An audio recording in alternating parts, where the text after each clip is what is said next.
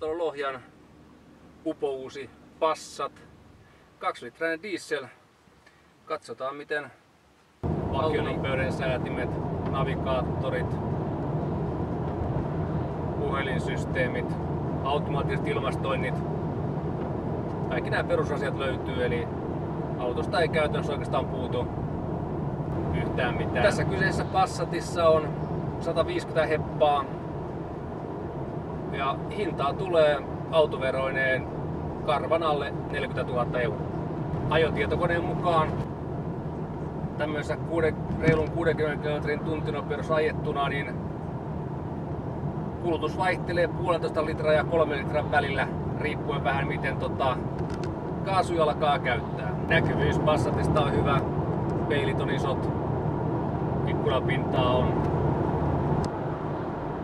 Passatin keula katoaa tuossa, että siinä on ehkä ainoa semmoinen itselle parkkeeraustilanteessa, jolle luottaisi näihin kaikkeen park assistantteihin, niin se, että missä toi etuosa oikeesti on. Farmarimallisessa takaosahan näkee hyvin. Eli tää on farmari, 2-litrainen farmari. Jos etsii tilavaa farmaria, vähän mukavuutta ja saksalaista autoa, niin kyllä mä voin kuvitella, että Volkswagen Passat tämmöisenä 2-litraisena dieselinä olisi ihan varteenotettava vaihtoehto. Maantia, jossa Passatti on pehmeä, helppo ajettava ja silloin kun ei ole paljon liikennettä, niin se on hyvä. Koeajon perusteella Volkswagen Passat vaikuttaa kelpoautolta. Varteenotettava vaihtoehto omassa luokassaan. Jos Passatista puhutaan niin sanottuna pankinjohtajan tai myyntiedustajan autona, niin voin hyvinkin kuvitella sen itsekin. Auto on helppo ajaa, siinä on tilaa.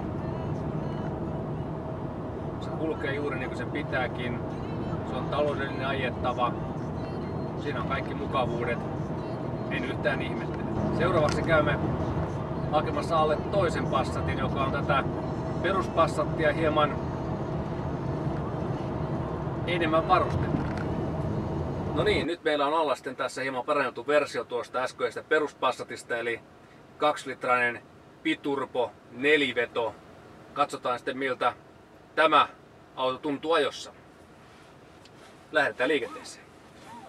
Kyllä sen heti huomaa tässä, kun katselee sisälle tätä sisustusta, että onhan tämä hieman enemmän varusteltu ja laitettu kuin tuo perusmalli.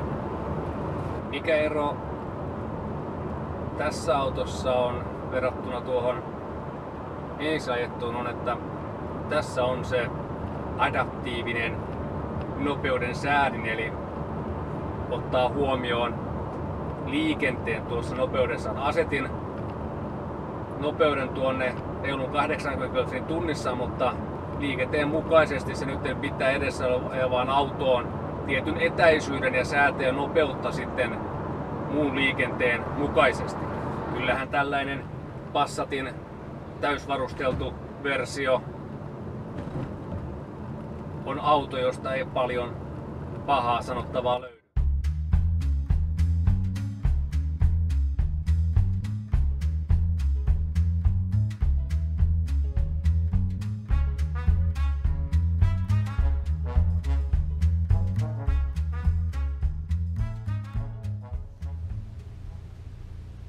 Näin ollaan palautettu tämä hieno, vähän enemmän varusteltu Passat takaisin tänne autolla Lohjalle. Ja on aika jatkaa normaalia elämää. Kiitokset tästäkin kerrasta ja palaamme ensi kerralla.